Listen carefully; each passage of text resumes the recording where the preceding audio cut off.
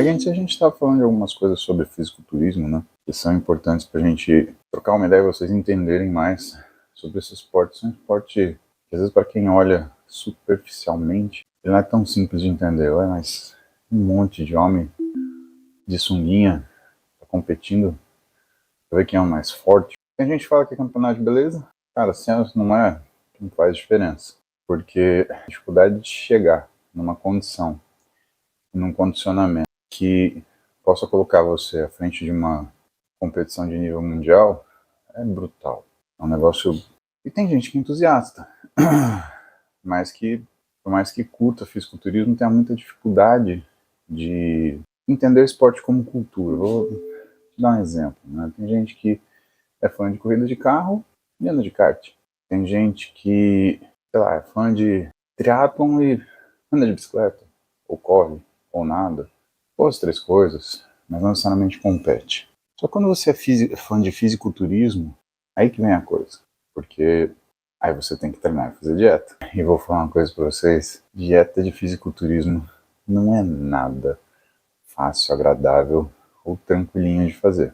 É como se metade do tempo você comesse até estourar, sempre, e a outra metade do tempo você passasse fome, sempre. Então não tem uma linha média, não, estou confortável.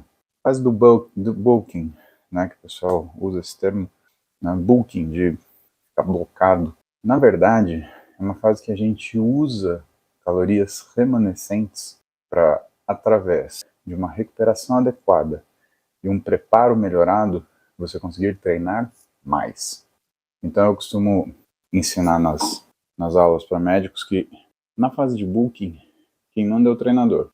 Ele propõe o treino e o nutricionista ele tem que correr atrás de entregar caloria, tanto para a pessoa conseguir fazer aquilo quanto para ela se recuperar daquilo. Na fase de cutting, que seria entre 12 e 20 semanas antes da competição, o que acontece é que quem manda é o nutricionista. Ele precisa tirar gordura, então ele vira para o treinador e fala, se vira com isso. Só que, ainda assim, não é tão simples assim. Por quê? Durante a fase de bulking, o atleta tem mais capacidade física de realização de trabalho, só que se você não fizer uma progressão racional, duas coisas podem acontecer, e muito fácil de acontecer. Esse cara, ele não vai desenvolver capacidade física, ou seja, ele só vai ganhar volume muscular às custas de líquido retido na célula e volume físico às custas de líquido, de gordura. E aí ele vai se iludir. Então é o clássico cara que ganha 30 quilos no bulking. Aí quando tem que secar ele tem que perder 35. Ou seja, engordou. Ou vai ser essa pessoa que vai, por exemplo, se machucar. É muito raro, tá, pessoal? Você ter atletas de fisiculturismo que se machucam treinando, salvo em acidentes. O comum é que as lesões aconteçam com pessoas fazendo coisas que são rotinas do dia a dia. E isso acontece porque quando você está treinando, você tem um nível de atenção muito grande. Mas quando você está, sei lá, no meu caso, carregando uma bicicleta, ou então andando no estacionamento num dia de chuva, você vai escorregar, você vai cair, você vai fazer um movimento de defesa, e aí é que vem a lesão. Existem algumas coisas que a gente costuma falar para quem quer ser um fisiculturista, ou para quem está passando por uma fase de elaboração física, que é, nesse momento, cuidado com esportes. Então, se você está num ritmo muito forte de fisiculturismo, é razoavelmente perigoso você encaixar um esporte no meio, seja ele qual for, e pode ser ele o mais seguro do mundo, exceto o dama xadrez. Esse você pode. O resto é perigoso por algumas razões. Primeiro porque quando você coloca um esporte, esse esporte ele vai usar parte dessa capacidade física que você usaria para fazer a recuperação do seu músculo. Isso vai diminuir seu desenvolvimento e no dia seguinte ele vai roubar parte daquilo que era a sua progressão. Porque você colocou um treino quando você devia estar descansando e chegar a 100% de recuperação. Você vai chegar a 90%, dependendo do esporte 80%, dependendo do esporte 70%. Então você nem vai descansar bem do treino que você fez e nem vai estar bem pro treino que você vai fazer. Estava conversando com o Ziad essa semana. E ele falando, se você ficar fazendo jiu-jitsu no final de semana, você não vai recuperar. E o Ziad tem razão. A questão é, gente, eu tenho 46 anos de idade, eu não vou competir fisiculturismo e eu preciso de um físico que me sirva.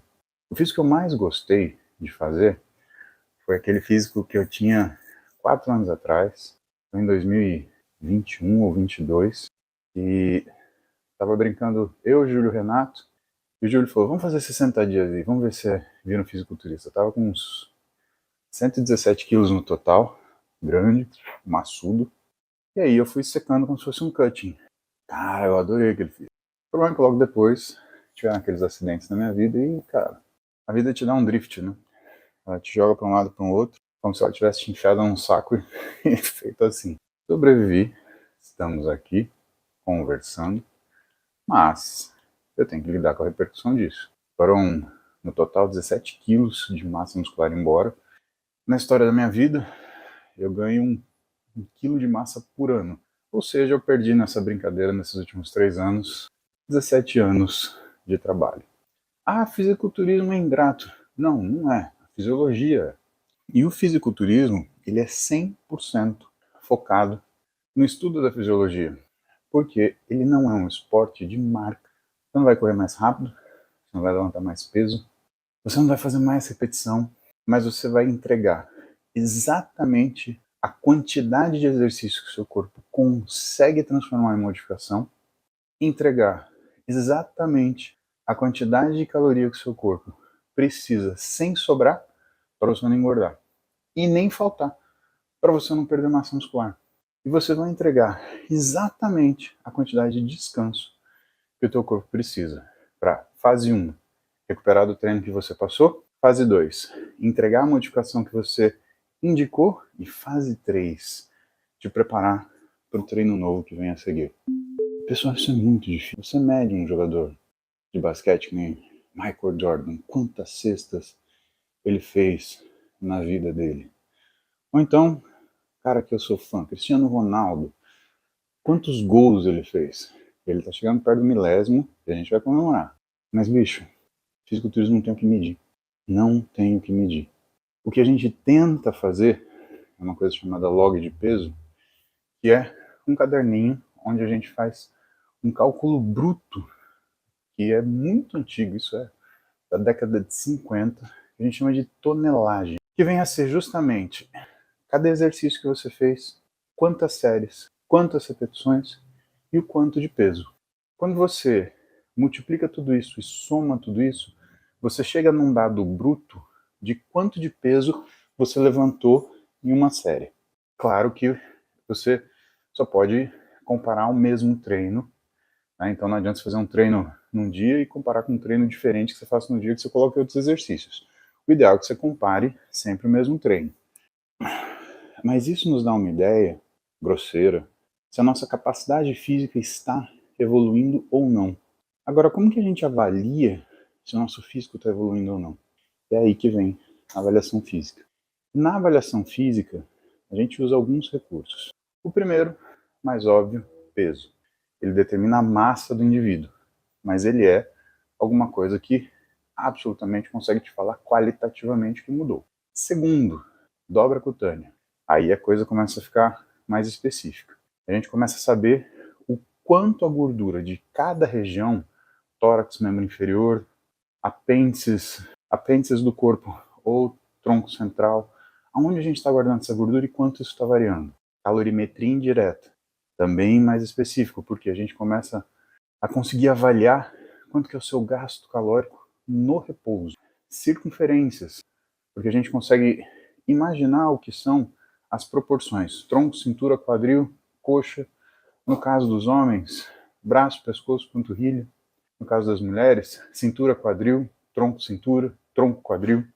Então, é sempre uma avaliação mais enriquecida, porque a quantidade de detalhes pelas quais um fisiculturista é julgado, ela não consegue ser medida por um item só.